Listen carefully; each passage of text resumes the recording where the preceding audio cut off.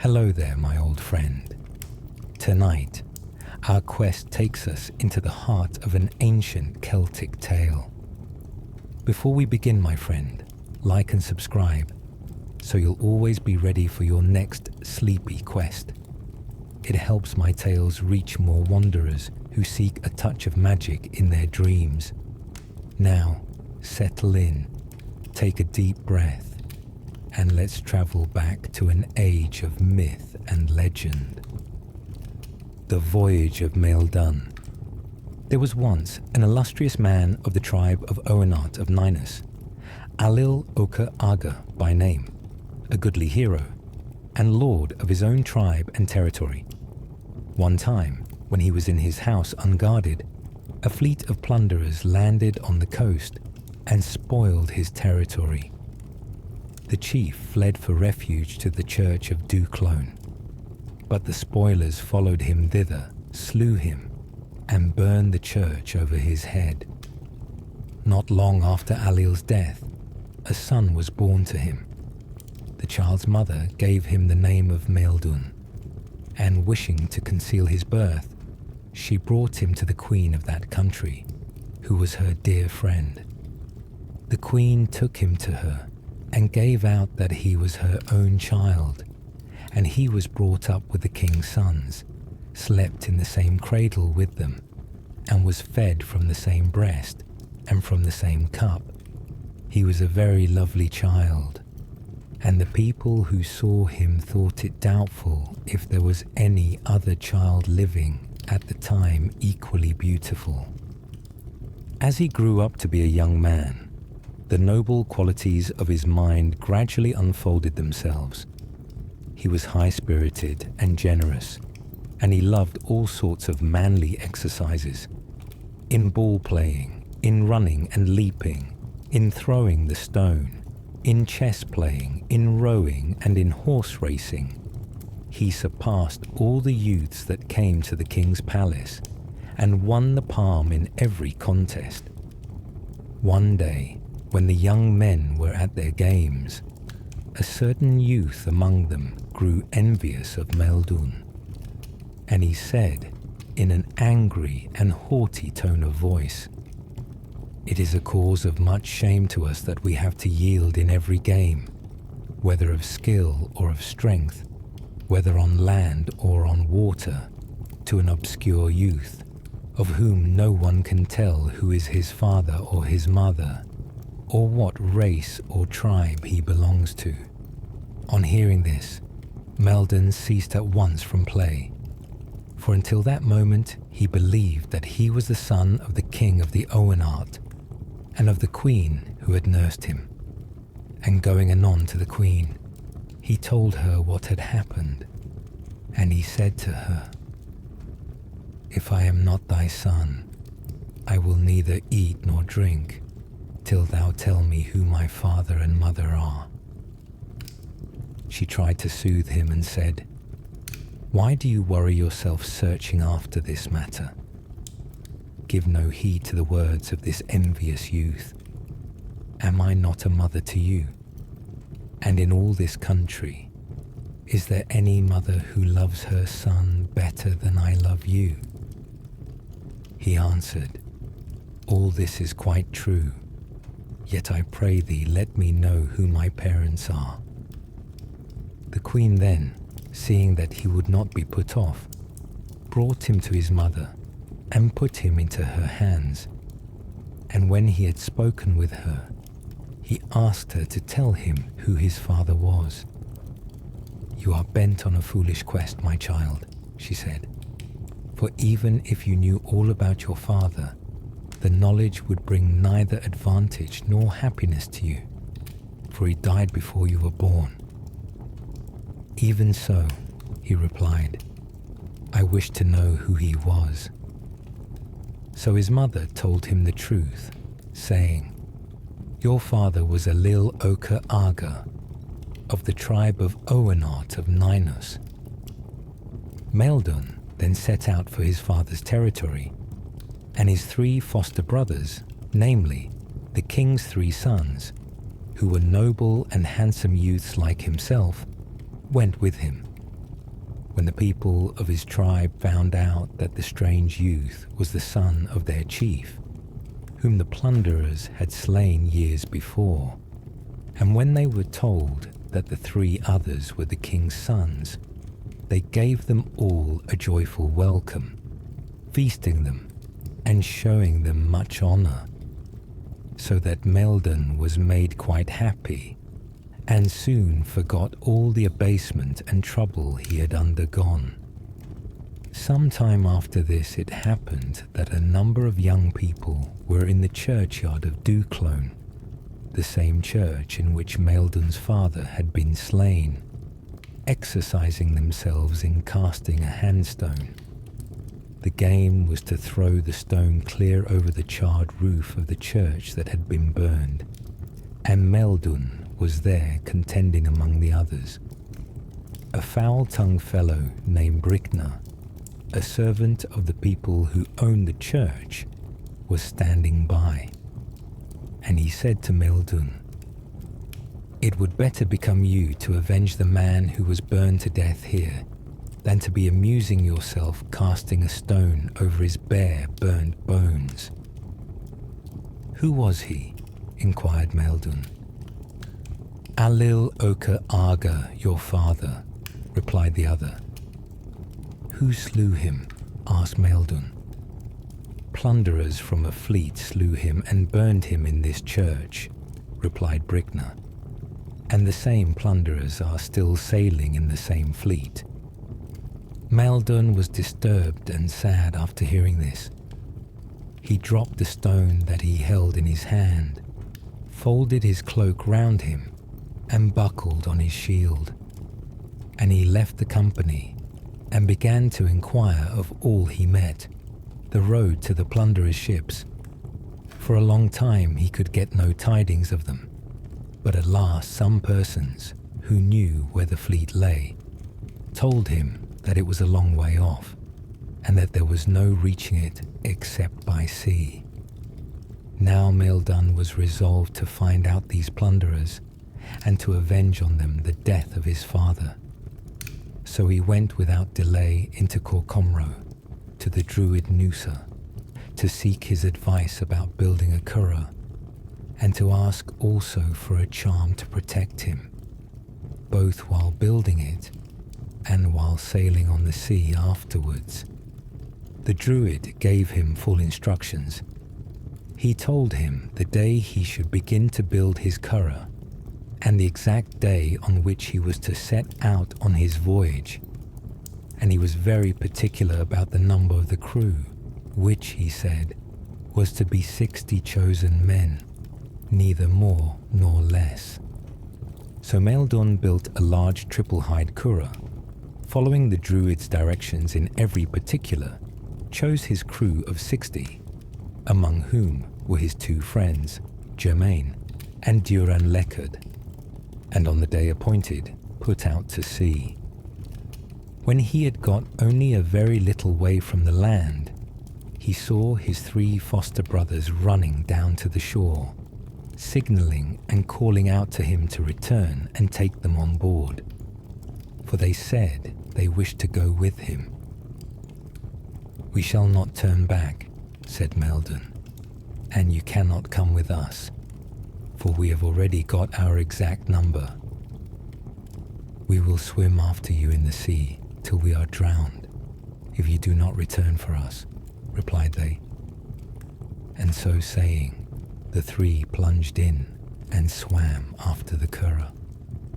When Maildun saw this, he turned his vessel towards them and took them on board, rather than let them be drowned. They sailed that day and night, as well as the whole of next day, till darkness came on again, and at midnight they saw 2 small bare islands with 2 great houses on them near the shore. When they drew near, they heard the sounds of merriment and laughter, and the shouts of revelers intermingled with the loud voices of warriors boasting of their deeds. And listening to catch the conversation, they heard one warrior say to another, "Stand off from me, for I am a better warrior than thou. It was I who slew Alil Oka Aga and burned Duclone over his head, and no one has ever dared to avenge it on me. Thou hast never done a great deed like that." "Now surely," said Germain and Durin to Maildun, "heaven has guided our ship to this place. Here is an easy victory. Let us now sack this house, since God has revealed our enemies to us and delivered them into our hands." While they were yet speaking, the wind arose, and a great tempest suddenly broke on them, and they were driven violently before the storm, all that night and a part of next day, into the great and boundless ocean, so that they saw neither the islands they had left nor any other land, and they knew not whither they were going. Then Maildun said, "Take down your sail and put by your oars, and let the curragh drift before the wind in whatsoever direction it pleases God to lead us." Which was done. He then turned to its foster brothers and said to them, "This evil has befallen us because we took you into the curragh, thereby violating the Druid's directions. For he forbade me to go to sea with more than 60 men for my crew, and we had that number before you joined us. Of a surety, more evil will come of it." His foster brothers answered nothing to this, but remained silent. For 3 days and 3 nights they saw no land. On the morning of the 4th day, while it was yet dark, they heard a sound to the northeast, and Germain said, "This is the voice of the waves breaking on the shore." As soon as it was light, they saw land and made towards it. While they were casting lots to know who should go and explore the country, they saw great flocks of ants coming down to the beach, each of them as large as a foal. The people judged by their numbers and by their eager and hungry look that they were bent on eating both ship and crew. So they turned their vessel round and sailed quickly away. Their multitudes countless, prodigious their size, were never such ants seen or heard of before. They struggled and tumbled and plunged for the prize, and fiercely the famine fire blazed from their eyes, as they ground with their teeth the red sand of the shore. Again, for 3 days and 3 nights they saw no land, but on the morning of the 4th day they heard the murmur of the waves on the beach, and as the day dawned they saw a large high island, with terraces all round it, rising one behind another. On the terraces grew rows of tall trees, on which were perched great numbers of large, bright-coloured birds. When the crew were about to hold council as to who should visit the island and see whether the birds were tame, Maildun himself offered to go. So he went with a few companions, and they viewed the island warily, but found nothing to hurt or alarm them. After which they caught great numbers of the birds and brought them to their ship, a shield-shaped island with terraces crowned, and great trees circling round and round. From the summit down to the wave-washed rocks, there are bright-coloured birds in myriad flocks. Their plumes are radiant, but hunger is keen. So the birds are killed till the curragh is filled, and the sailors embark on the ocean green. They sailed from this, and on the 4th day discovered a large sandy island, on which, when they came near, they saw a huge, fearful animal standing on the beach and looking at them very attentively. He was somewhat like a horse in shape, but his legs were like the legs of a dog, and he had great sharp claws of a blue colour. Maildun, having viewed this monster for some time, liked not his look, and telling his companions to watch him closely, for that he seemed bent on mischief, he bade the oarsmen row very slowly towards land. The monster seemed much delighted when the ship drew nigh the shore, and gambolled and pranced about with joy on the beach, before the eyes of the voyagers, for he intended to eat the whole of them the moment they landed. "He seems not at all sorry to see us coming," said Maildun, "but we must avoid him and put back from the shore." This was done, and when the animal observed them drawing off, he ran down in a great rage to the very water's edge, and digging up large round pebbles with his sharp claws, he began to fling them at the vessel. But the crew soon got beyond his reach and sailed into the open sea. A horrible monster with blazing eyes, in shape like a horse and tremendous in size, awaiting the curragh they saw, with big bony jaws and murderous claws that fill them with terror and awe. How gleeful he dances and bellows and prances as near to the island they draw, expecting a feast, the bloodthirsty beast, with his teeth like edge of a saw. Then he ran to the shore with a deafening roar, intending to swallow them raw. But the crew, with a shout, put their vessel about, and escaped from his ravenous maw. After sailing a long distance, they came in view of a broad, flat island. It fell to the lot of Germain to go and examine it, and he did not think the task a pleasant one. Then his friend Turenn said to him, "I will go with you this time, and when next it falls to my lot to visit an island, you shall come with me." So both went together.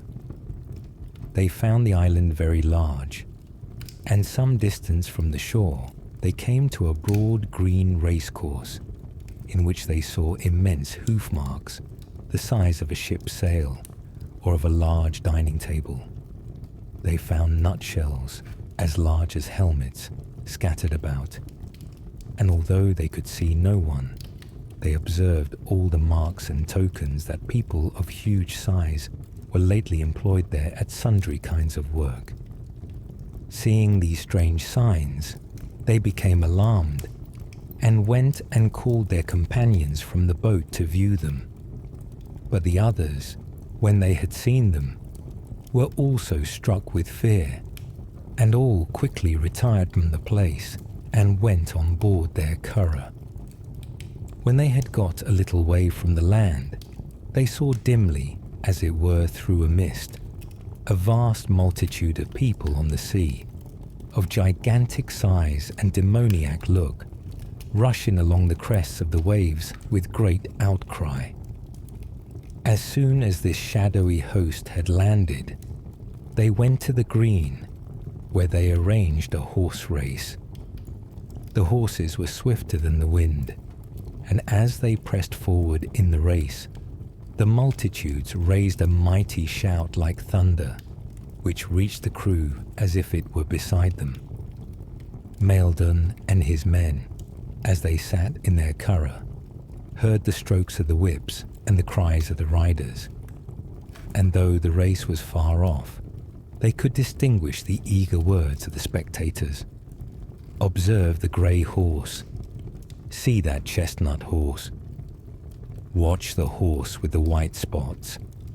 My horse leaps better than yours." After seeing and hearing these things, the crew sailed away from the island as quickly as they were able, into the open ocean, for they felt quite sure that the multitude they saw was a gathering of demons.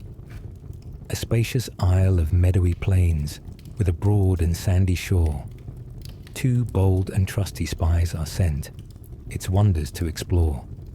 Mysterious signs, strange, awful sights, now meet the wanderer's eyes.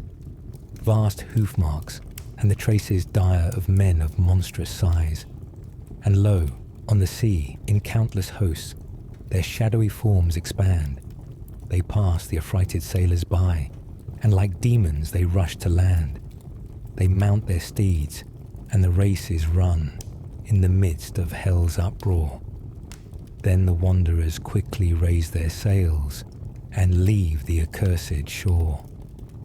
They suffered much from hunger and thirst this time, for they sailed a whole week without making land.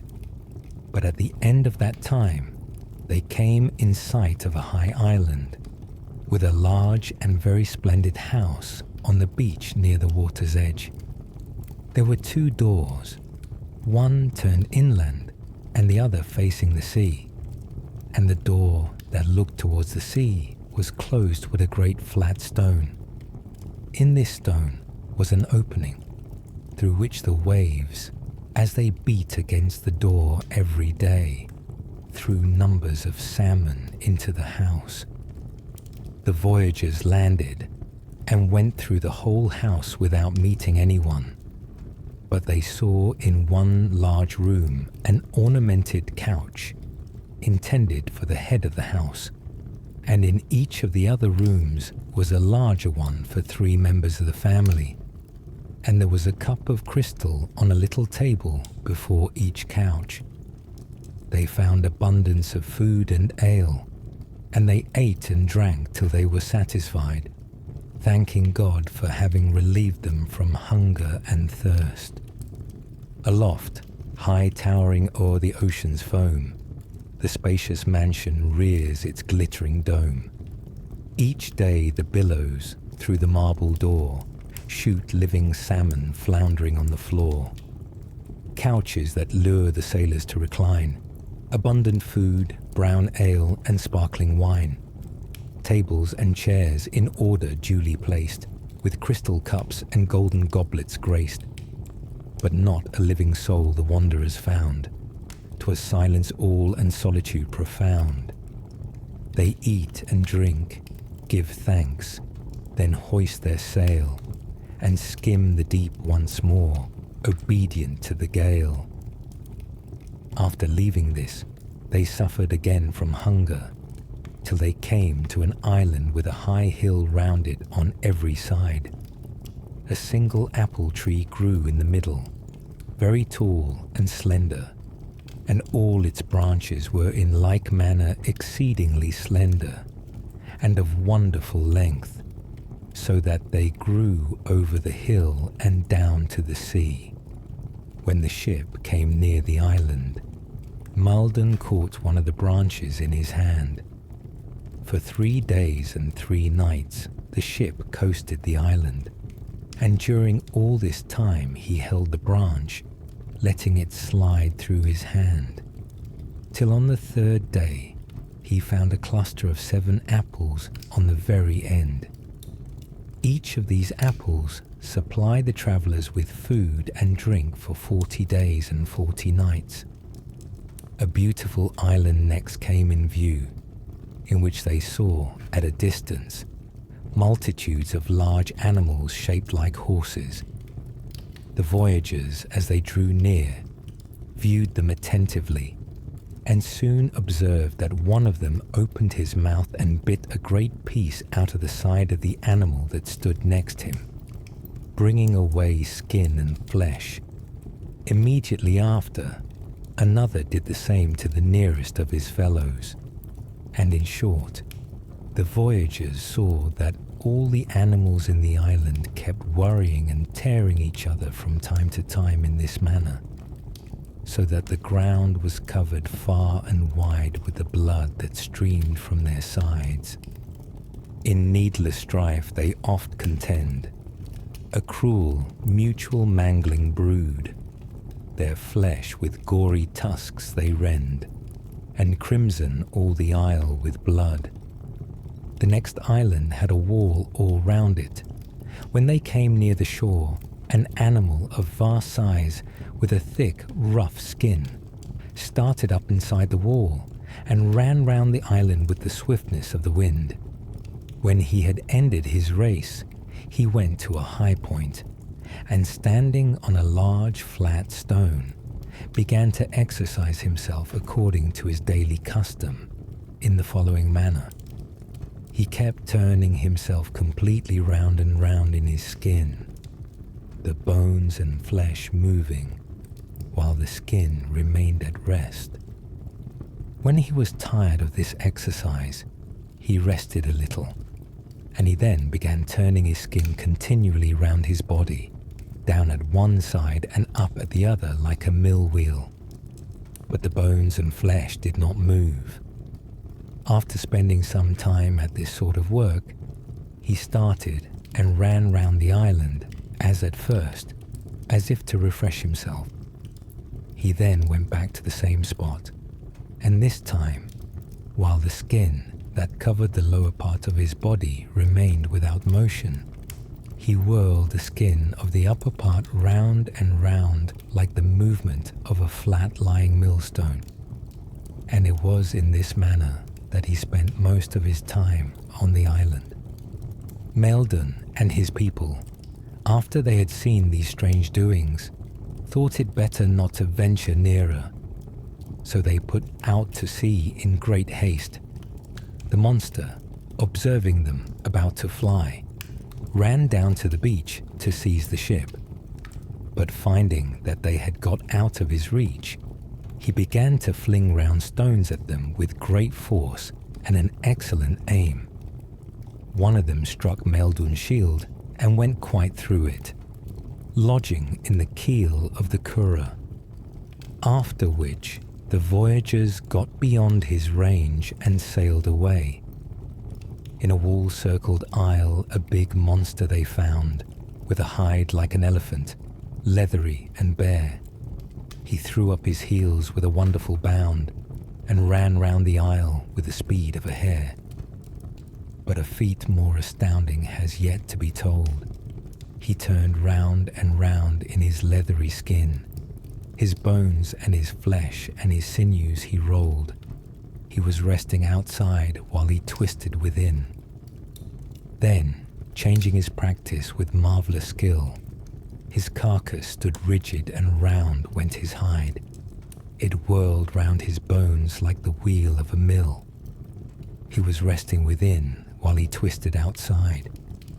Next, standing quite near on a green little hill, after galloping round in the very same track, while the skin of his belly stood perfectly still, like a millstone, he twisted the skin of his back. But Maildun and his men put to sea in their boat, for they saw his two eyes looking over the wall, and they knew by the way that he opened his throat, he intended to swallow them, curragh and all. Not daring to land on this island, they turned away hurriedly, much disheartened, not knowing whither to turn or where to find a resting place. They sailed for a long time, suffering much from hunger and thirst, and praying fervently to be relieved from their distress. At last, when they were beginning to sink into a state of despondency, being quite worn out with toil and hardship of every kind, they sighted land. It was a large and beautiful island, with innumerable fruit trees scattered over its surface, bearing abundance of gold-coloured apples. Under the trees, they saw herds of short, stout animals, of a bright red colour, shaped somewhat like pigs. But coming nearer and looking more closely, they perceived with astonishment that the animals were all fiery, and that their bright colour was caused by the red flames which penetrated and lighted up their bodies. The voyagers now observed several of them approach one of the trees in a body, and striking the trunk all together with their hind legs, they shook down some of the apples and ate them.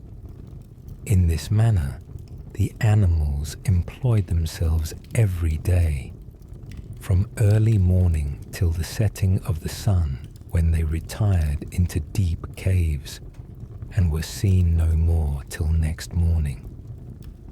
Numerous flocks of birds were swimming on the sea, all round the island. From morning till noon, they continued to swim away from the land, farther and farther out to sea. But at noon, they turned round, and from that to sunset, they swam back towards the shore. A little after sunset, when their animals had retired to their caves, the birds flocked in on the island and spread themselves over it, plucking the apples from the trees and eating them. Maildun proposed that they should land on the island and gather some of the fruit, saying that it was not harder or more dangerous for them than for the birds. So 2 of the men were sent beforehand to examine the place. They found the ground hot under their feet, for the fiery animals, as they lay at rest, heated the earth all around and above their caves. But the 2 scouts persevered notwithstanding, and brought away some of the apples. When morning dawned, the birds left the island and swam out to sea, and the fiery animals, coming forth from their caves, went among the trees as usual, and ate the apples till evening. The crew remained in their curragh all day, and as soon as the animals had gone into their caves for the night, and the birds had taken their place, Maildun landed with all his men, and they plucked the apples till morning, and brought them on board, till they had gathered as much as they could stow into their vessel. After rowing for a long time, their store of apples failed them, and they had nothing to eat or drink, so that they suffered sorely under a hot sun, and their mouths and nostrils were filled with the briny smell of the sea. At last they came in sight of land, a little island with a large palace on it. Around the palace was a wall, white all over, without stain or flaw, as if it had been built of burnt lime, or carved out of one unbroken rock of chalk. And where it looked towards the sea, it was so lofty that it seemed almost to reach the clouds. The gate of this outer wall was open, and a number of fine houses, all snowy white, were ranged round on the inside, enclosing a level court in the middle, on which all the houses opened. Maildun and his people entered the largest of them, and walked through several rooms without meeting with anyone. But on reaching the principal apartment, they saw in it a small cat, playing among a number of low, square marble pillars, which stood ranged in a row, and his play was leaping continually from the top of one pillar to the top of another. When the men entered the room, the cat looked at them for a moment, but returned to his play anon, and took no further notice of them. Looking now to the room itself, they saw 3 rows of precious jewels ranged round the wall from one door jamb to the other. The first was a row of brooches of gold and silver, with their pins fixed in the wall and their heads outwards. The second, a row of torques of gold and silver, and the third, a row of great swords with hilts of gold and silver. Round the room were arranged a number of couches, all pure white and richly ornamented. Abundant food of various kinds was spread on tables, among which they observed a boiled ox and a roast hog, and there were many large drinking horns, full of good, intoxicating ale. "Is it for us that this food has been prepared?" said Maildun to the cat. The cat, on hearing the question, ceased from playing and looked at him, but he recommenced his play immediately. Whereupon Maildun told his people that the dinner was meant for them, and they all sat down and ate and drank till they were satisfied, after which they rested and slept on the couches. When they awoke, they poured what was left of the ale into one vessel, and they gathered the remnants of the food to bring them away.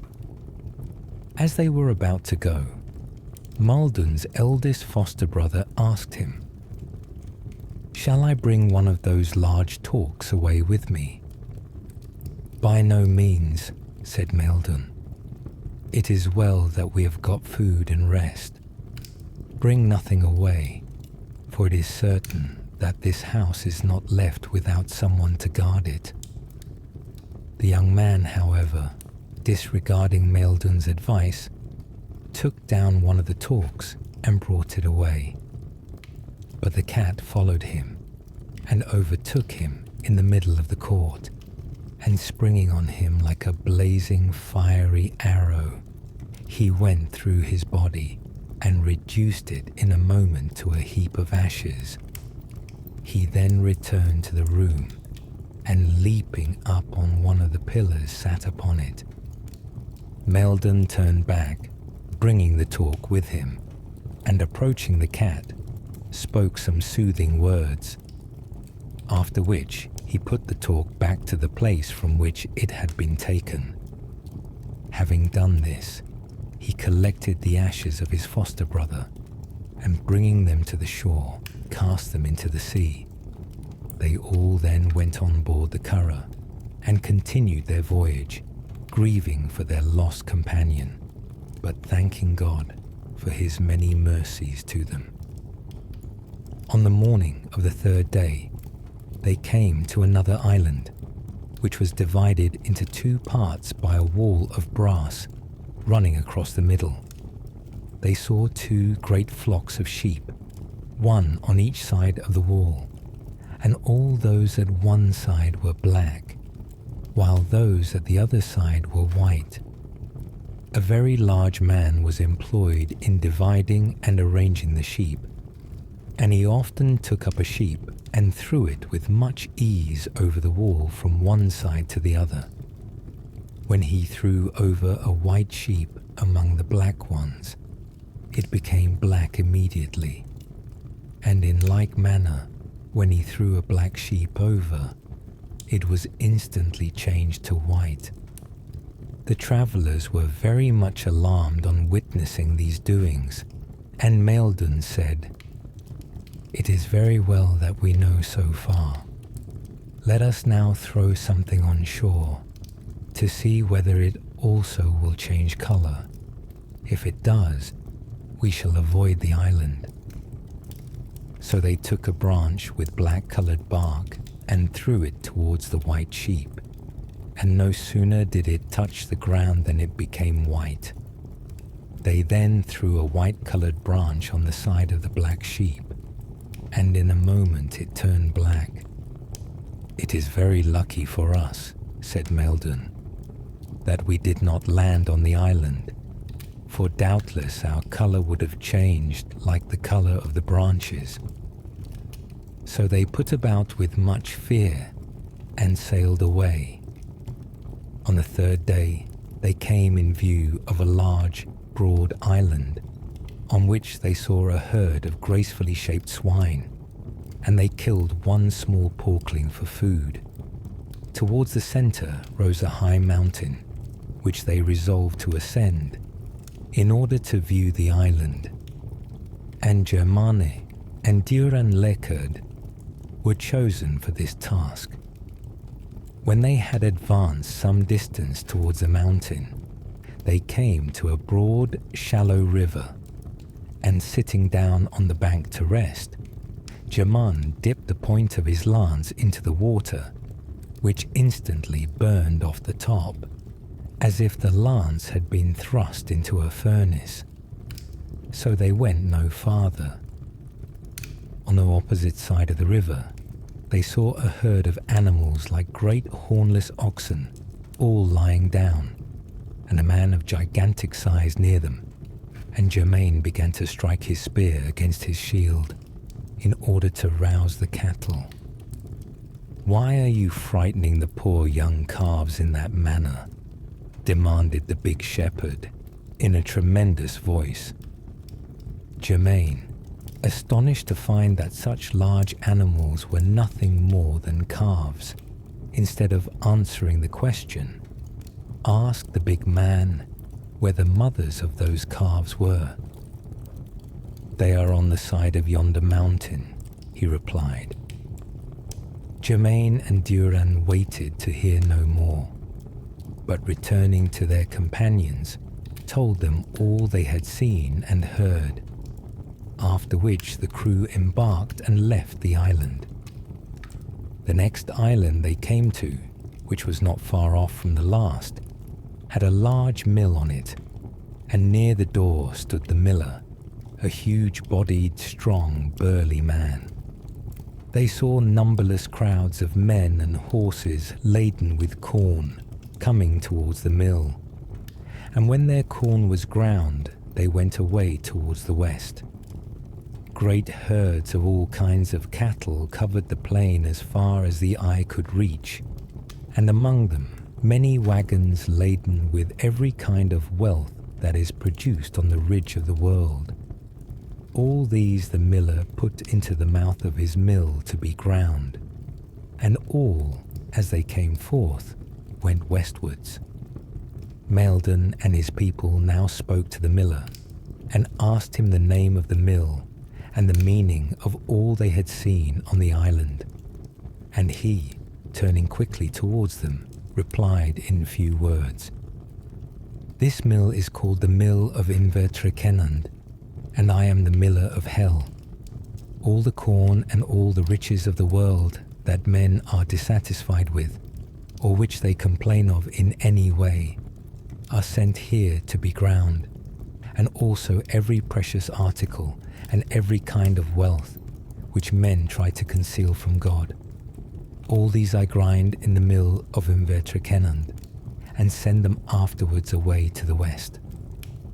He spoke no more, but turned round and busied himself again with his mill. And the voyagers, with much wonder and awe in their hearts, went to their curragh and sailed away. After leaving this, they had not been long sailing when they discovered another large island, with a great multitude of people on it. They were all black, both skin and clothes, with black headdresses also, and they kept walking about, sighing and weeping and wringing their hands without the least pause or rest. It fell to the lot of Maildun's second foster brother to go and examine the island, and when he went among the people, he also grew sorrowful, and fell to weeping and wringing his hands with the others. 2 of the crew were sent to bring him back, but they were unable to find him among the mourners, and what was worse, in a little time they joined the crowd and began to weep and lament like all the rest. Maildun then chose 4 men to go and bring back the others by force, and he put arms in their hands and gave them these directions. "When you land on the island, fold your mantles round your faces so as to cover your mouths and noses, that you may not breathe the air of the country, and look neither to the right nor to the left, neither at the earth nor at the sky, but fix your eyes on your own men till you have laid hands on them." They did exactly as they were told, and having come up with their 2 companions, namely, those who had been sent after Maildun's foster brother, they seized them and brought them back by force, but the other they could not find. When these 2 were asked what they had seen on the island, and why they began to weep, their only reply was, "We cannot tell. We only know that we did what we saw the others doing." And after this, the voyagers sailed away from the island, leaving Maildun's second foster brother behind. The next was a high island, divided into 4 parts by 4 walls meeting in the center. The first was a wall of gold, the second a wall of silver, the third a wall of copper, and the fourth a wall of crystal. In the first of the 4 divisions were kings, in the second, queens, in the third, youths, and in the fourth, young maidens. When the voyagers landed, one of the maidens came to meet them, and leading them forward to a house, gave them food. This food, which he dealt out to them from a small vessel, looked like cheese, and whatever taste pleased each person best, that was the taste he found on it. And after they had eaten till they were satisfied, they slept in a sweet sleep, as if gently intoxicated, for 3 days and 3 nights. When they awoke on the 3rd day, they found themselves in their curragh on the open sea, and there was no appearance in any direction, either of the maiden or of the island. They came now to a small island with a palace on it, having a copper chain in front, hung all over with a number of little silver bells. Straight before the door there was a fountain, spanned by a bridge of crystal, which led to the palace.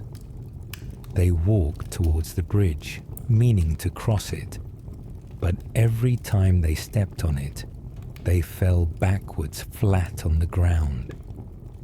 After some time, they saw a very beautiful young woman coming out of the palace with a pail in her hand, and she lifted a crystal slab from the bridge, and having filled her vessel from the fountain, she went back into the palace. "This woman has been sent to keep house for Maildun," said Germane. "Maildun indeed," said she, as she shut the door after her. After this they began to shake the copper chain, and the tinkling of the silver bells was so soft and melodious that the voyagers gradually fell into a gentle, tranquil sleep, and slept so till next morning. When they awoke, they saw the same young woman coming forth from the palace with the pail in her hand, and she lifted the crystal slab as before, filled her vessel, and returned into the palace. "This woman has certainly been sent to keep house for Maildun," said Germane. "Wonderful are the powers of Maildun," said she, as she shut the door of the court behind her. They stayed in this place for 3 days and 3 nights, and each morning the maiden came forth in the same manner and filled her pail. On the 4th day, she came towards them, splendidly and beautifully dressed, with her bright yellow hair bound by a circlet of gold, and wearing silver work shoes on her small white feet. She had a white mantle over her shoulders, which was fastened in front by a silver brooch studded with gold. And under all, next her soft, snow-white skin, was a garment of fine white silk. "My love to you, Maildun, and to your companions," she said, and she mentioned them all, one after another, calling each by his own proper name. "My love to you," said she. "We knew well that you were coming to our island, for your arrival has long been foretold to us." Then she led them to a large house standing by the sea, and she caused the curragh to be drawn high up on the beach. They found in the house a number of couches, one of which was intended for Maildun alone, and each of the others for 3 of his people. The woman then gave them from one vessel food which was like cheese, first of all ministering to Maildun, and then given a triple share to every 3 of his companions. And whatever taste each man wished for, that was the taste he found on it. She then lifted the crystal slab at the bridge, filled her pail, and dealt out drink to them. And she knew exactly how much to give, both of food and of drink, so that each had enough and no more. "This woman would make a fit wife for Maildun," said his people. But while they spoke, she went from them with her pail in her hand. When she was gone, Maildun's companion said to him, "Shall we ask this maiden to become thy wife?" He answered, "What advantage will it be to you to ask her?" She came next morning, and they said to her, "Why dost thou not stay here with us? Wilt thou make friendship with Maildun, and wilt thou take him for thy husband?"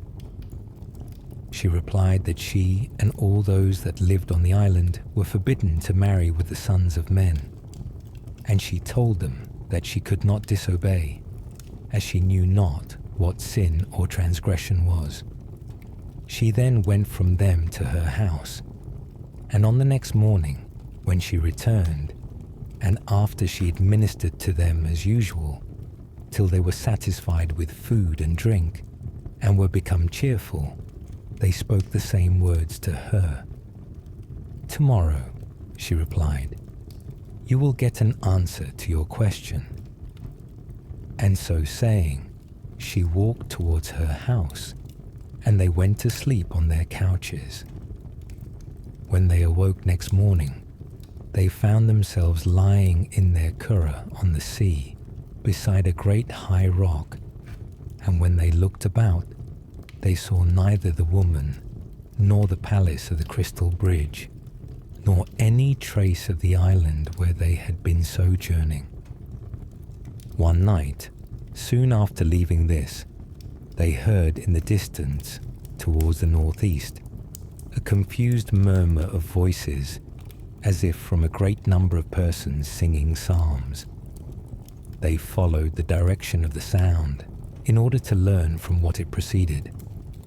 And at noon the next day, they came in view of an island, very hilly and lofty. It was full of birds, some black, some brown, and some speckled, who were all shouting and speaking with human voices. And it was from them that the great clamour came. At a little distance from this, they found another small island, with many trees on it, some standing singly, and some in clusters, on which were perched great numbers of birds. They also saw an aged man on the island, who was covered thickly all over with long white hair, and wore no other dress. And when they landed, they spoke to him, and asked him who he was, and what race he belonged to. "I am one of the men of Erin," he replied.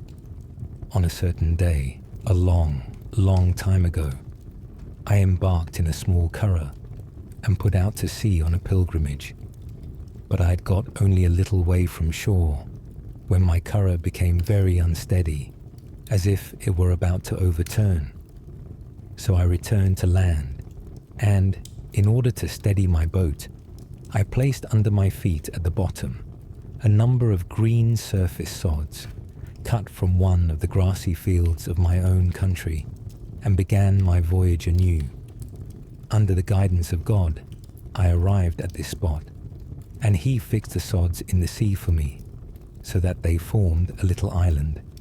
At first, I had barely room to stand, but every year, from that time to the present, the Lord has added 1 foot to the length and breadth of my island, till in the long lapse of ages it has grown to its present size. And on one day in each year, he has caused a single tree to spring up, till the island has become covered with trees. Moreover, I am so old that my body, as you see, has become covered with long, white hair, so that I need no other dress. And the birds that ye see on the trees," he continued, "these are the souls of my children, and of all my descendants, both men and women, who are sent to this little island to abide with me, according as they die in Erin.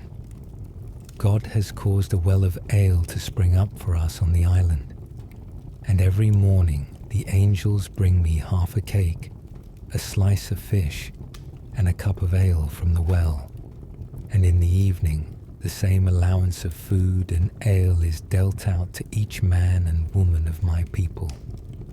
And it is in this manner that we live, and shall continue to live till the end of the world.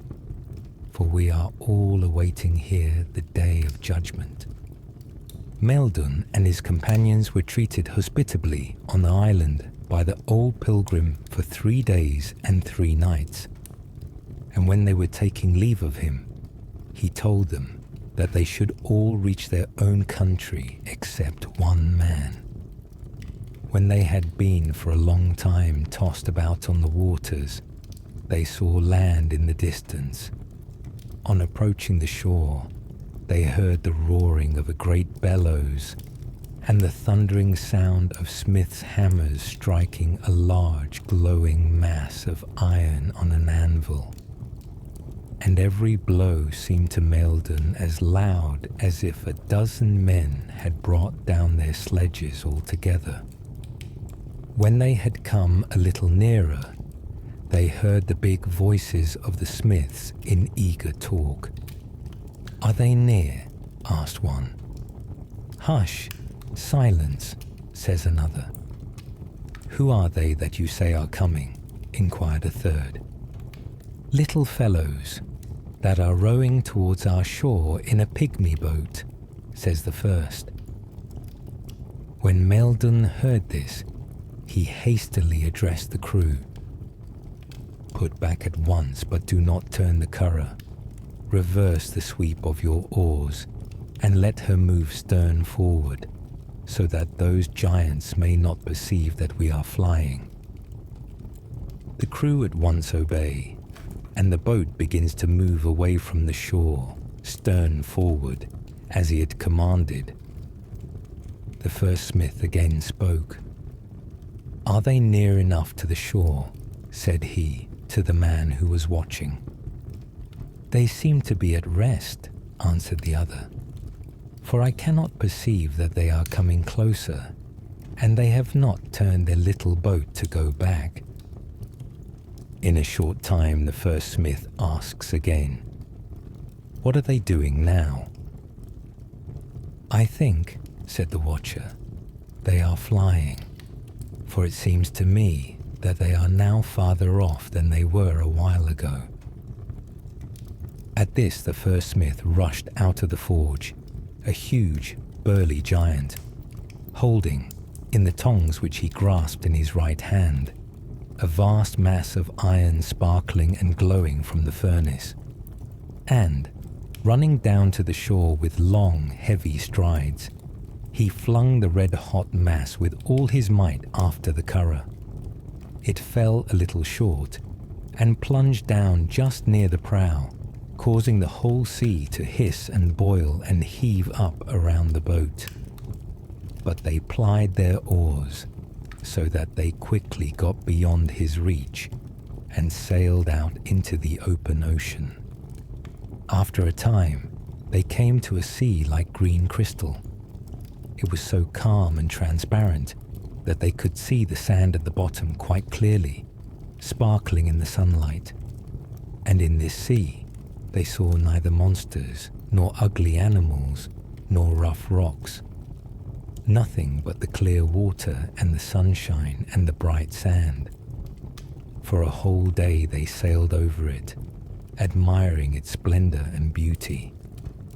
After leaving this, they entered on another sea, which seemed like a clear, thin cloud, and it was so transparent and appeared so light that they thought at first it would not bear up the weight of the curragh.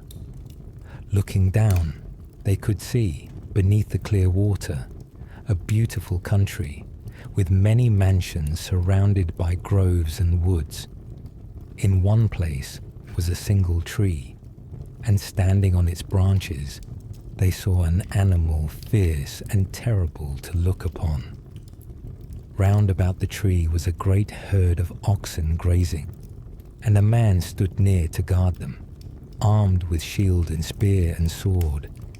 But when he looked up and saw the animal on the tree, he turned anon and fled with the utmost speed. Then the monster stretched forth his neck, and darting his head downward, plunged his fangs into the back of the largest ox of the whole herd, lifted him off the ground into the tree, and swallowed him down in the twinkling of an eye. Whereupon the whole herd took to flight. When Maildun and his people saw this, they were seized with great terror, for they feared they should not be able to cross the sea over the monster, on account of the extreme mist-like thinness of the water. But after much difficulty and danger, they got across it safely. When they came to the next island, they observed with astonishment that the sea rose up over it on every side, steep and high, standing, as it were, like a wall all round it. When the people of the island saw the voyagers, they rushed hither and thither, shouting, "There they are, surely! There they come again for another spoil." Then Maildun's people saw great numbers of men and women, all shouting and driving vast herds of horses, cows, and sheep. A woman began to pelt the crew from below with large nuts. She flung them so that they alighted on the waves round the boat, where they remained floating. And the crew gathered great quantities of them and kept them for eating. When they turned to go away, the shouting ceased, and they heard one man calling aloud, "Where are they now?" And another answering him, "They are gone away." From what Maildun saw and heard at this island, it is likely that it had been foretold to the people that their country should someday be spoiled by certain marauders, and that they thought Maildun and his men were the enemies they expected. On the next island, they saw a very wonderful thing, namely, a great stream of water which, gushing up out of the strand, rose into the air in the form of a rainbow, till it crossed the whole island and came down on the strand at the other side.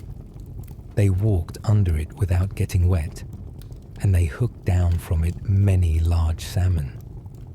Great quantities of salmon of a very great size fell also out of the water over their heads, down on the ground, so that the whole island smelled of fish, and it became troublesome to gather them on account of their abundance. From the evening of Sunday till the evening of Monday, the stream never ceased to flow, and never changed its place, but remained spanning the island like a solid arch of water. Then the voyagers gathered the largest of the salmon, till they had as much as the curragh would hold, after which they sailed out into the great sea. The next thing they found after this was an immense silver pillar standing in the sea. It had 8 sides, each of which was the width of an oarstroke of the curragh, so that its whole circumference was 8 oarstrokes. It rose out of the sea without any land or earth about it, nothing but the boundless ocean, and they could not see its base deep down in the water, neither were they able to see the top on account of its vast height. A silver net hung from the top down to the very water, extending far out at one side of the pillar, and the meshes were so large that the curragh in full sail went through one of them. When they were passing through it, Turenn struck the mesh with the edge of his spear, and with the blow cut a large piece off it. "Do not destroy the net," said Maildun, "for what we see is the work of great men." "What I have done," answered Turenn, "is for the honor of my God, and in order that the story of our adventures may be more readily believed, and I shall lay this silver as an offering on the altar of Armagh, if I ever reach Erin." That piece of silver weighed 2.5 ounces, as it was reckoned afterwards by the people of the Church of Armagh. After this, they heard someone speaking on the top of the pillar, in a loud, clear, glad voice, but they knew neither what he said, nor in what language he spoke. The island they saw after this was named Encos, and it was so called because it was supported by a single pillar in the middle. They rowed all round it, seeking how they might get into it, but could find no landing place. At the foot of the pillar, however, down deep in the water, they saw a door securely closed and locked, and they judged that this was the way into the island. They called aloud to find out if any persons were living there, but they got no reply, so they left it and put out to sea once more. The next island they reached was very large. On one side rose a lofty, smooth, clad mountain, and all the rest of the island was a grassy plain. Near the seashore stood a great high palace, adorned with carvings and precious stones, and strongly fortified with a high rampart all round. After landing, they went towards the palace and sat to rest on the bench before the gateway leading through the outer rampart, and, looking in through the open door, they saw a number of beautiful young maidens in the court. After they had sat for some time, a rider appeared at a distance, coming swiftly towards the palace, and on a near approach, the travellers perceived that it was a lady, young and beautiful and richly dressed. She wore a blue, rustling silk headdress. A silver fringe purple cloak hung from her shoulders. Her gloves were embroidered with gold thread, and her feet were laced becomingly in close-fitting scarlet sandals. One of the maidens came out and held her horse, while she dismounted and entered the palace. And soon after she had gone in, another of the maidens came towards Maildun and his companions and said, "You are welcome to this island. Come into the palace. The Queen has sent me to invite you and is waiting to receive you." They followed the maiden into the palace, and the Queen bade them welcome and received them kindly. Then, leading them into a large hall in which a plentiful dinner was laid out, she bade them sit down and eat. A dish of choice food and a crystal goblet of wine were placed before Maildun, while a single dish and a single drinking bowl, with a triple quantity of meat and drink, were laid before each 3 of his companions. And having eaten and drunk till they were satisfied, they went to sleep on soft couches till morning. Next day, the Queen addressed Maildun and his companions. "Stay now in this country, and do not go a-wandering any longer over the wide ocean from island to island. Old age or sickness shall never come upon you, but you shall be always as young as you are at present, and you shall live forever a life of ease and pleasure." "Tell us," said Maildun, "how you pass your life here." "That is no hard matter," answered the Queen. "The good king who formerly ruled over this island was my husband, and these fair young maidens that you see are our children. He died after a long reign, and as he left no son, I now reign, the sole ruler of the island, and every day I go to the great plain to administer justice and to decide causes among my people." "Wilt thou go from us today?" asked Maildun. "I must needs go even now," she replied, "to give judgments among the people. But as to you, you will all stay in this house till I return in the evening, and you need not trouble yourselves with any labor or care." They remained in that island during the 3 months of winter, and these 3 months appeared to Maildun's companions as long as 3 years, for they began to have an earnest desire to return to their native land. At the end of that time, one of them said to Maildun, "We have been a long time here. Why do we not return to our own country?" "What you say is neither good nor sensible," answered Maildun, "for we shall not find in our own country anything better than we have here." But this did not satisfy his companions, and they began to murmur loudly. "It is quite clear," said they, "that Maildun loves the queen of this island, and as this is so, let him stay here. But as for us, we will return to our own country." Maildun, however, would not consent to remain after them, and he told them that he would go away with them. Now, on a certain day, not long after this conversation, as soon as the queen had gone to the great plain to administer justice, according to her daily custom, they got their curragh ready and put out to sea. They had not gone very far from land when the queen came riding towards the shore, and seeing how matters stood, she went into the palace and soon returned with a ball of thread in her hand. Walking down to the water's edge, she flung the ball after the curragh, but held the end of the thread in her hand.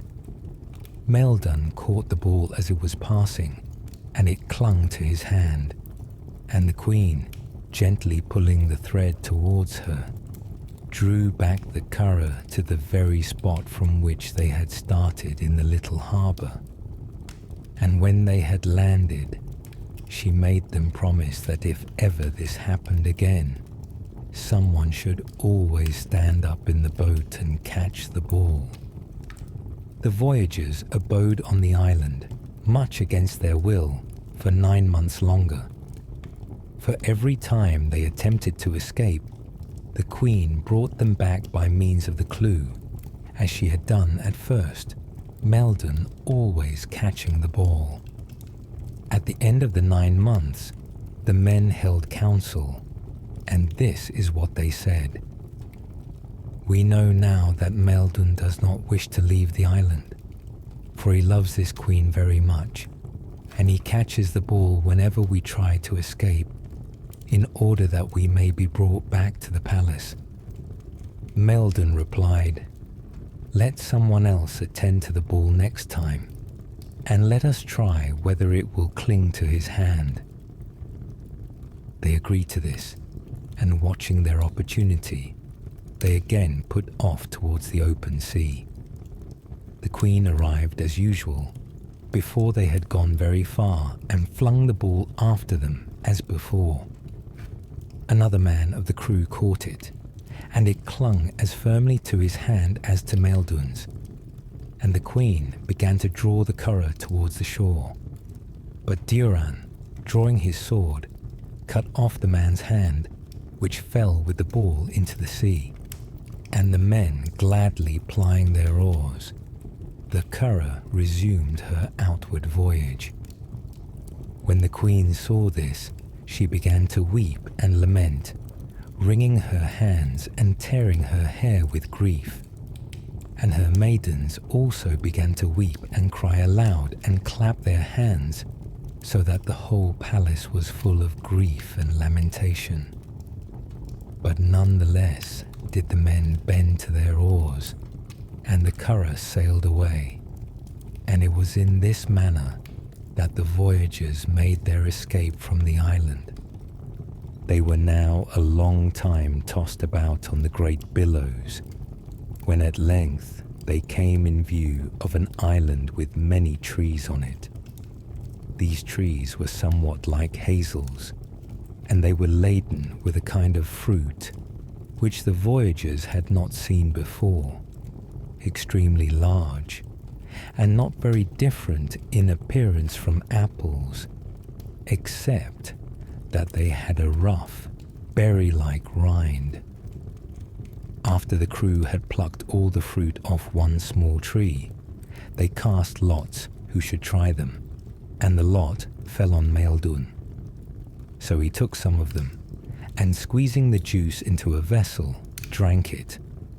It threw him into a sleep of intoxication so deep that he seemed to be in a trance rather than in a natural slumber, without breath or motion, and with the red foam on his lips. And from that hour till the same hour next day, no one could tell whether he was living or dead. When he awoke next day, he bade his people to gather as much of the fruit as they could bring away with them. For the world, as he told them, never produced anything of such surpassing goodness. They pressed out the juice of the fruit till they had filled all their vessels, and so powerful was it to produce intoxication and sleep that before drinking it, they had to mix a large quantity of water with it to moderate its strength. The island they came to next was larger than most of those they had seen. On one side grew a wood of yew trees and great oaks, and on the other side was a grassy plain, with one small lake in the midst. A noble-looking house stood on the near part of the plain, with a small church not far off, and numerous flocks of sheep browsed over the whole island. The travellers went to the church and found in it a hermit with snow-white beard and hair, and all the other marks of great old age. Maildun asked who he was and whence he had come. He replied, "I am one of the 15 people who, following the example of our master, Brendan of Birra, sailed on a pilgrimage out into the great ocean. After many wanderings, we settled on this island, where we lived for a long time. But my companions died one after another, and of all who came hither, I alone am left." The old pilgrim then showed them Brendan's satchel, which he and his companions had brought with them on their pilgrimage.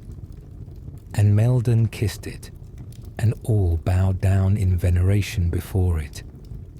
And he told them that as long as they remained there, they might eat of the sheep and of the other food of the island, but to waste nothing.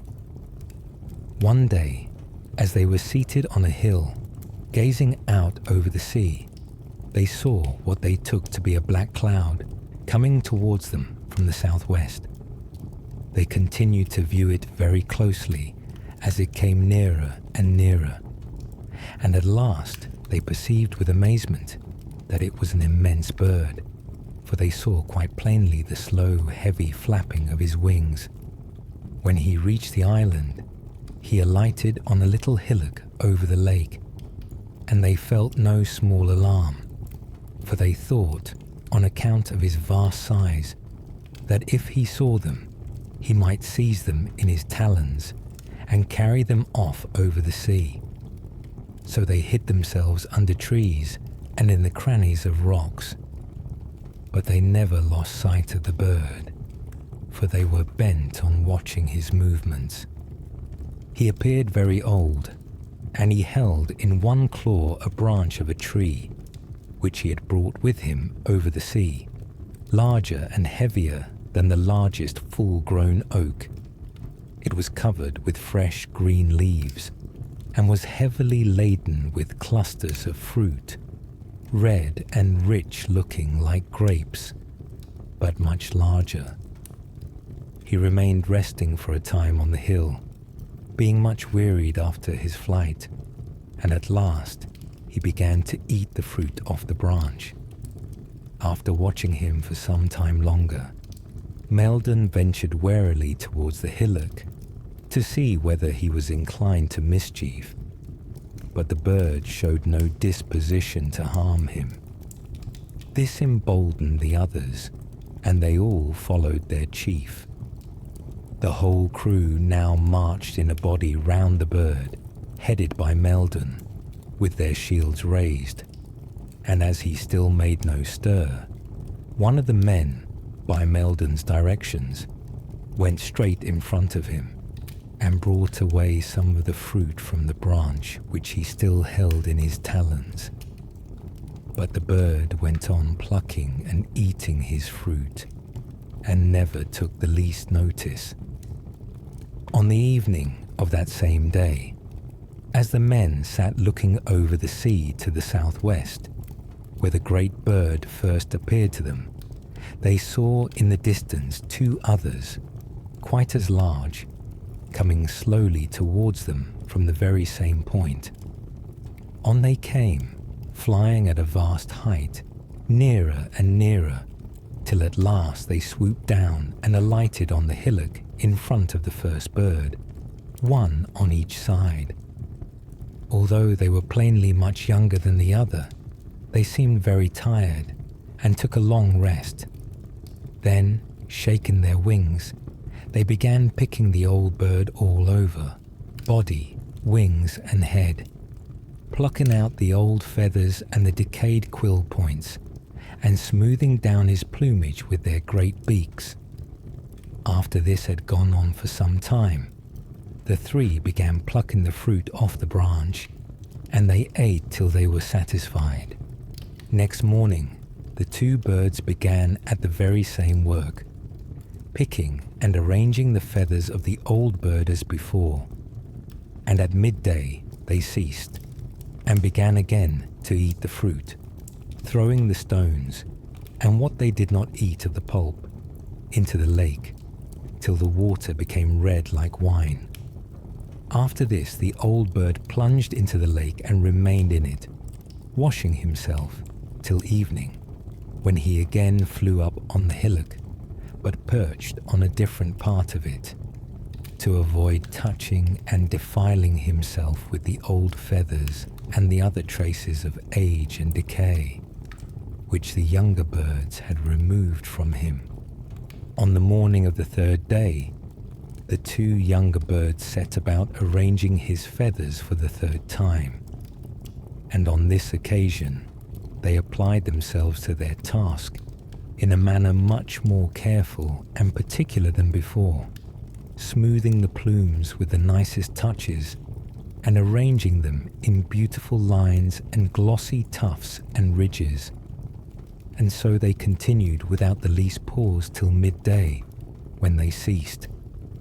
Then, after resting for a little while, they opened their great wings, rose into the air, and flew away swiftly towards the southwest, till the men lost sight of them in the distance.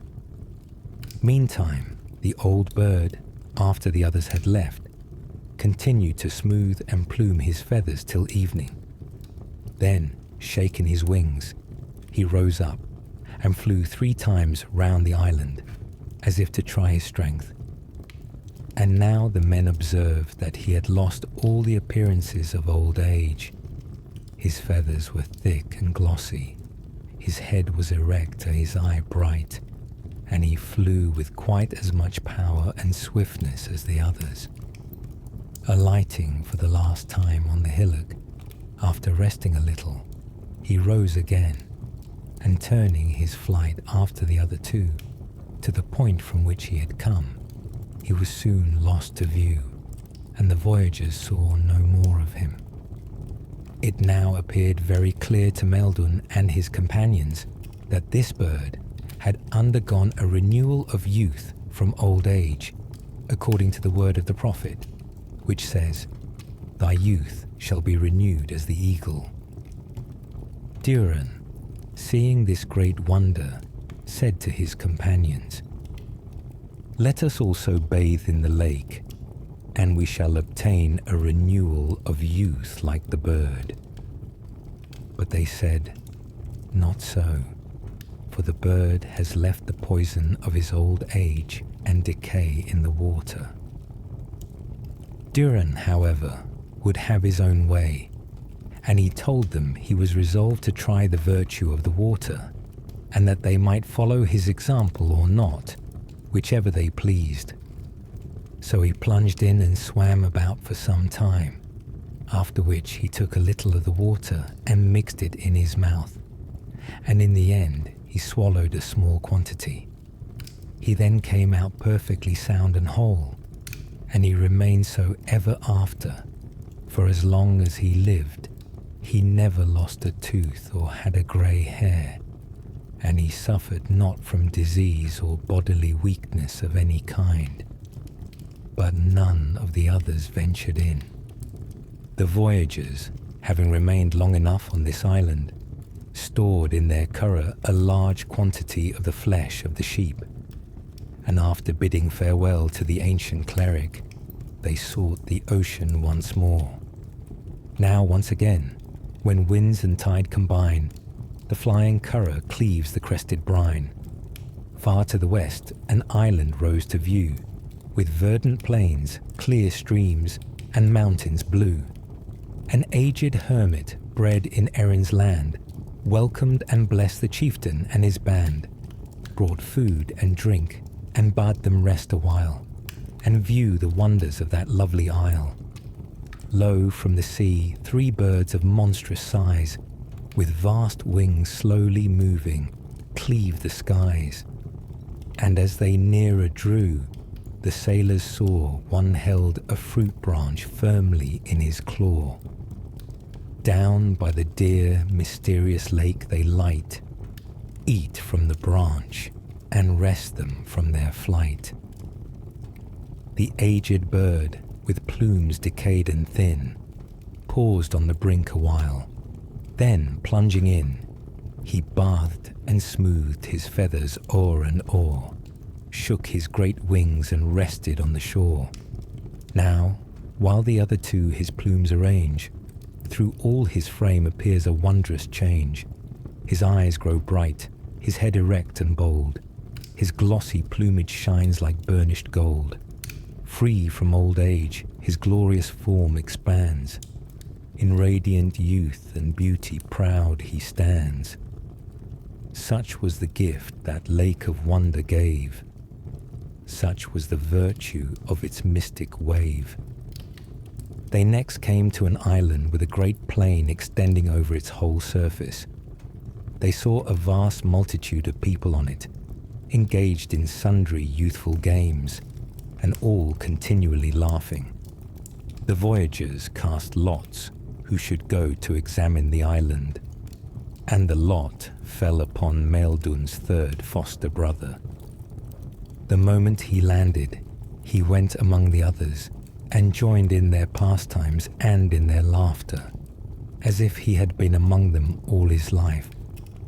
His companions waited for him a very long time, but were afraid to venture to land after him. And at last, as there seemed no chance of his returning, they left him and sailed away. They came now to a small island with a high rampart of fire all round it, and that rampart revolved continually round the island. There was one large open door in the rampart, and whenever the door, in its involution, came in front of them, they could see almost the whole island through it, and all that was therein.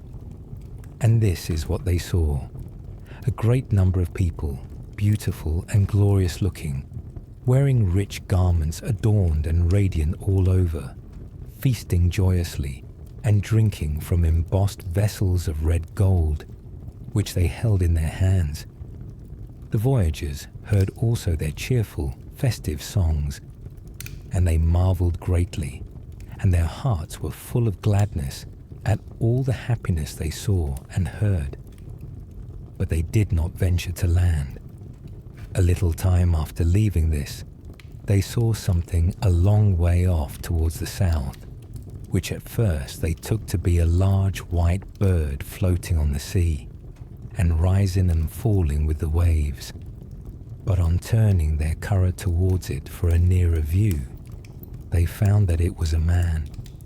He was very old, so old that he was covered all over with long white hair, which grew from his body, and he was standing on a broad, bare rock, and kept continually throwing himself on his knees, and never ceased praying. When they saw that he was a holy man, they asked and received his blessing, after which they began to converse with him, and they inquired who he was and how he had come to that rock. Then the old man gave them the following account. I was born and bred in the island of Tori. When I grew up to be a man, I was cook to the brotherhood of the monastery, and a wicked cook I was. For every day I sold part of the food entrusted to me, and secretly bought many choice and rare things with the money. Worse even than this I did. I made secret passages underground into the church and into the houses belonging to it, and I stole from time to time great quantities of golden vestments, book covers adorned with brass and gold, and other holy and precious things. I soon became very rich, and had my rooms filled with costly couches, with clothes of every colour, both linen and woolen, with brazen pitchers and cauldrons, and with brooches and armlets of gold. Nothing was wanting in my house of furniture and ornament that a person in a high rank of life might be expected to have, and I became very proud and overbearing. One day, I was sent to dig a grave for the body of a rustic that had been brought from the mainland to be buried on the island. I went and fixed on a spot in the little graveyard, but as soon as I had set to work, I heard a voice speaking down deep in the earth beneath my feet. Do not dig this grave. I paused for a moment, startled, but recovering myself, I gave no further heed to the mysterious words, and again I began to dig. The moment I did so, I heard the same voice, even more plainly than before. Do not dig this grave.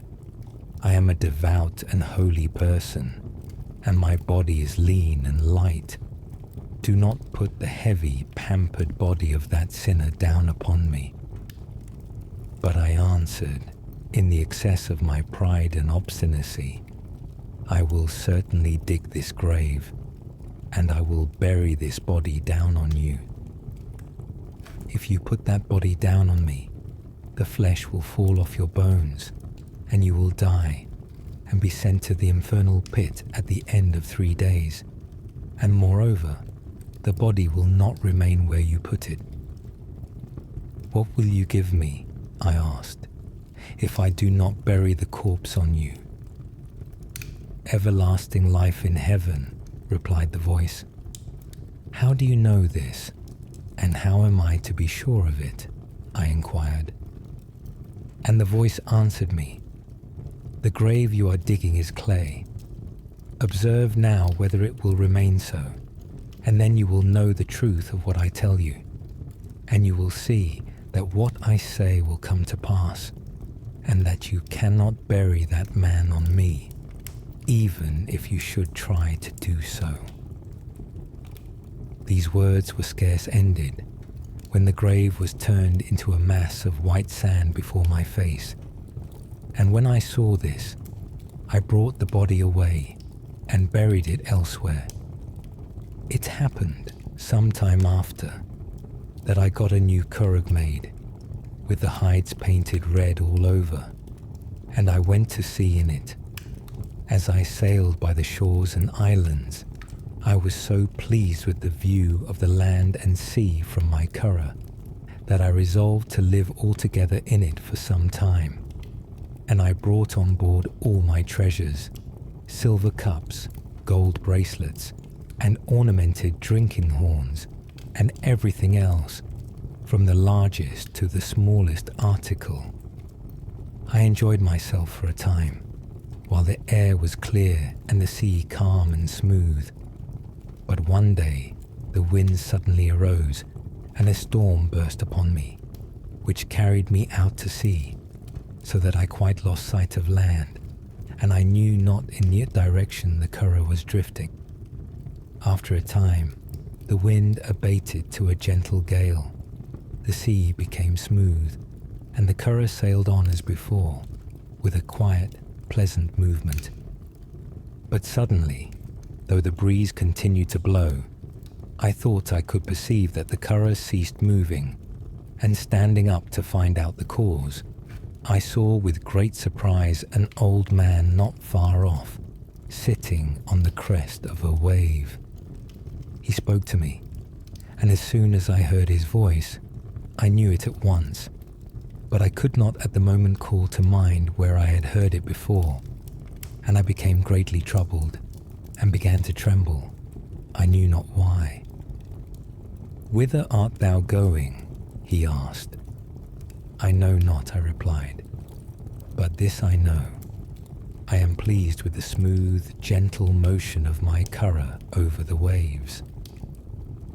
"You would not be pleased," replied the old man, "if you could see the troops that are at this moment around you." "What troops do you speak of?"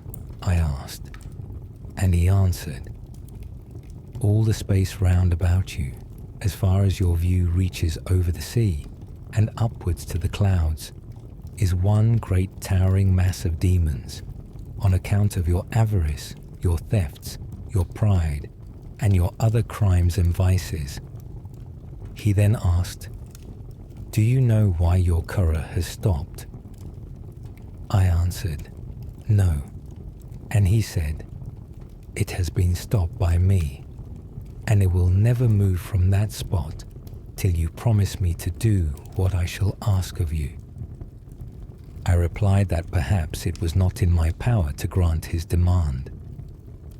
"It is in your power," he answered, "and if you refuse me, the torments of hell shall be your doom." He then came close to the curragh, and laying his hands on me, he made me swear to do what he demanded. "What I ask is this," said he, "that you throw into the sea this moment all the ill-gotten treasures you have in the curragh." This grieved me very much, and I replied, "It is a pity that all these costly things should be lost." To which he answered, "They will not go to loss. A person will be sent to take charge of them. Now do as I say." So greatly against my wishes, I threw all the beautiful precious articles overboard, keeping only a small wooden cup to drink from.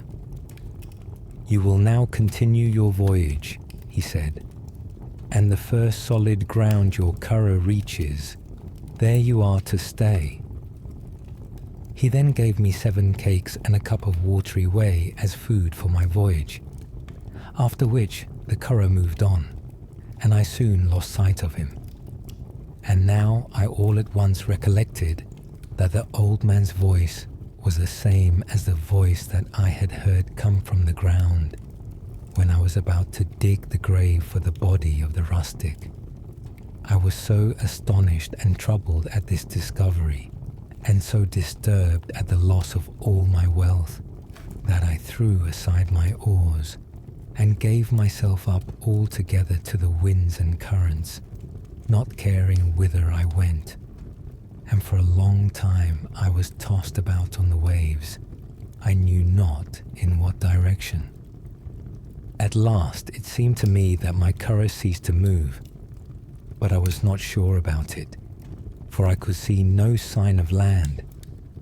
Mindful, however, of what the old man had told me, that I was to stay wherever my curragh stopped, I looked round more carefully, and at last I saw, very near me, a small rock level with the surface, over which the waves were gently laughing and tumbling. I stepped onto the rock, and the moment I did so, the waves seemed to spring back, and the rock rose high over the level of the water, while the curragh drifted by and quickly disappeared, so that I never saw it after. This rock has been my abode from that time to the present day. For the first 7 years, I lived on the 7 cakes and the cup of whey given me by the man who had sent me to the rock. At the end of that time, the cakes were all gone, and for 3 days I fasted, with nothing but the whey to wet my mouth. Late in the evening of the 3rd day, an otter brought me a salmon out of the sea, but though I suffered much from hunger, I could not bring myself to eat the fish raw, and it was washed back again into the waves. I remained without food for 3 days longer, and in the afternoon of the 3rd day, the otter returned with the salmon, and I saw another otter bring firewood, and when he had piled it up on the rock, he blew it with his breath till it took fire and lighted up.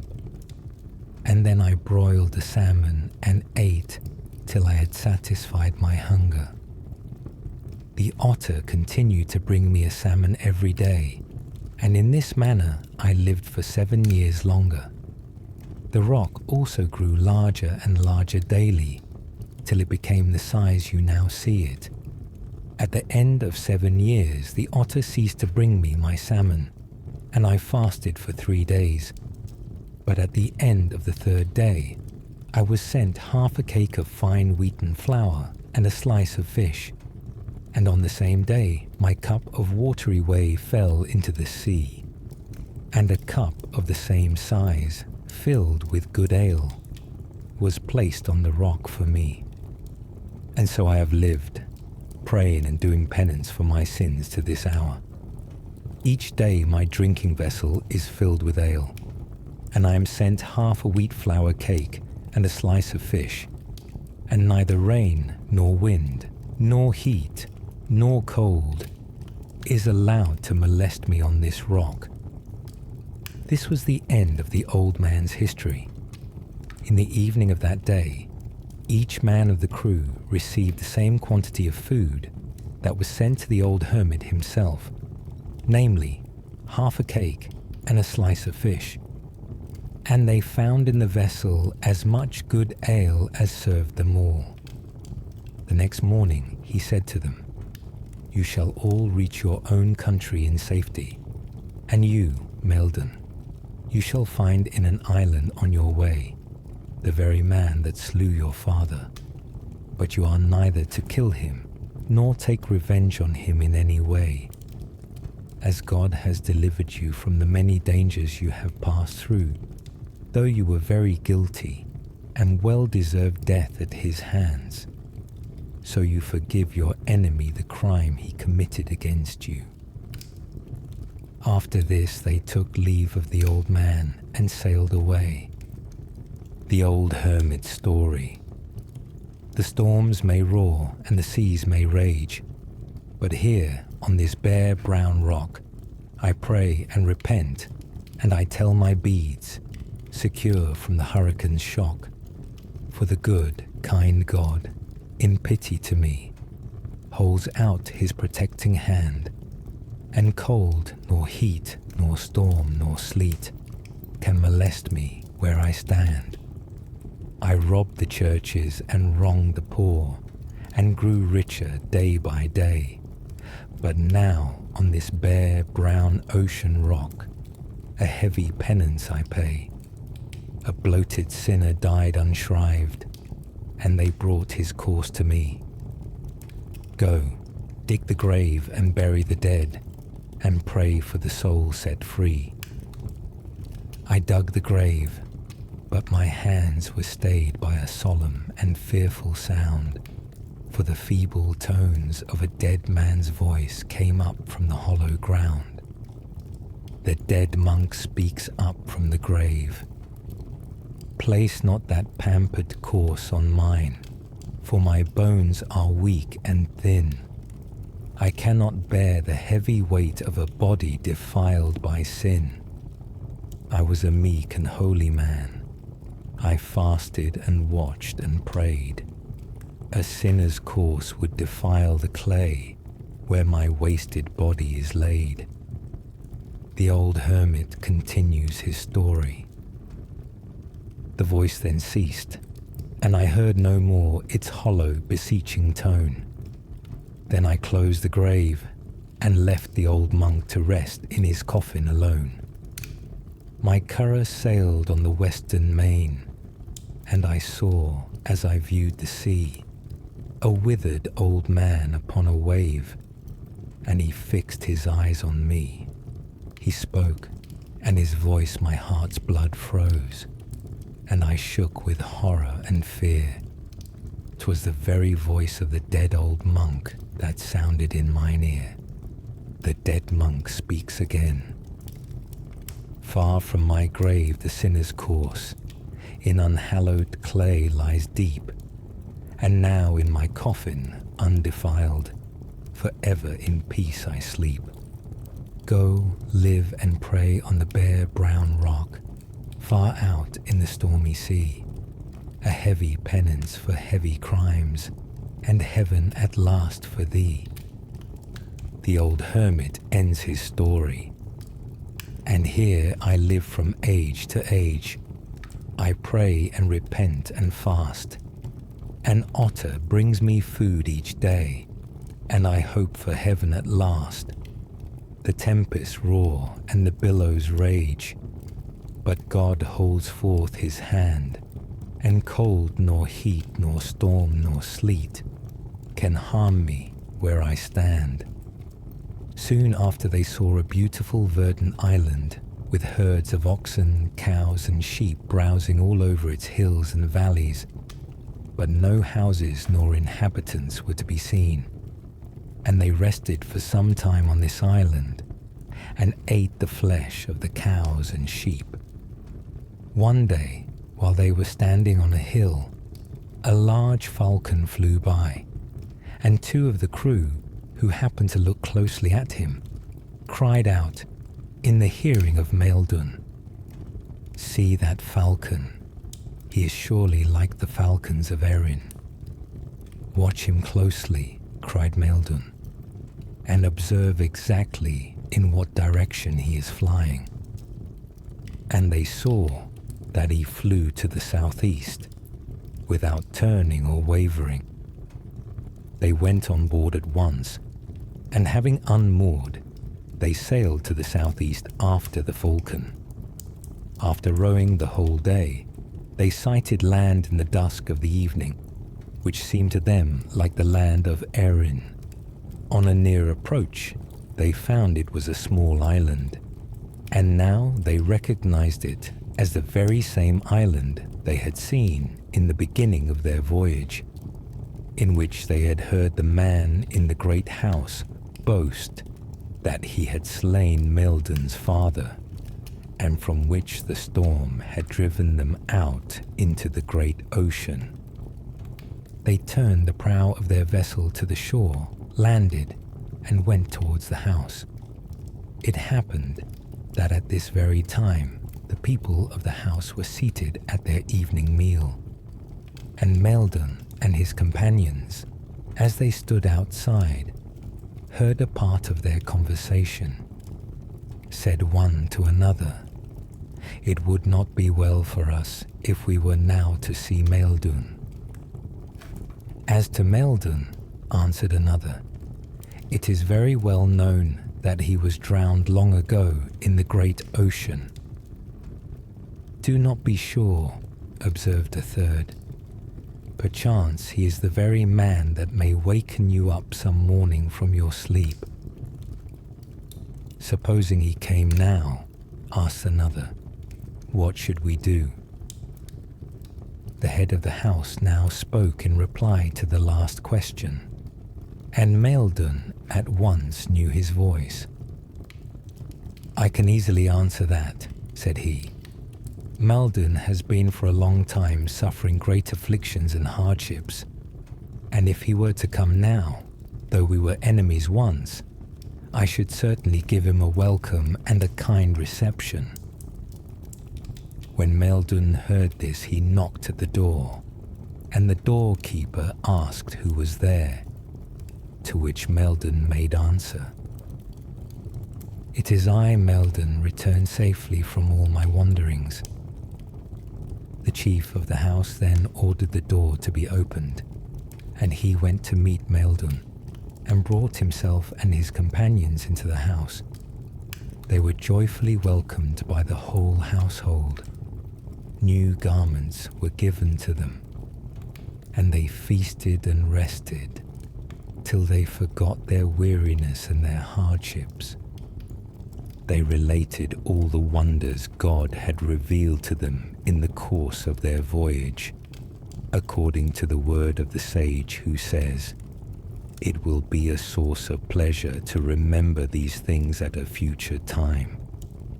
After they had remained here for some days, Maildun returned to his own country, and Durenn Lekard took the 5 half-ounces of silver he had cut down from the great net at the silver pillar, and laid it, according to his promise, on the high altar of Armagh.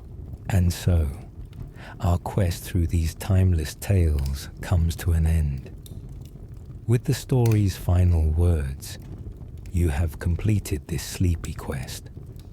May your dreams be filled with magic until the next adventure begins. Rest well, traveller.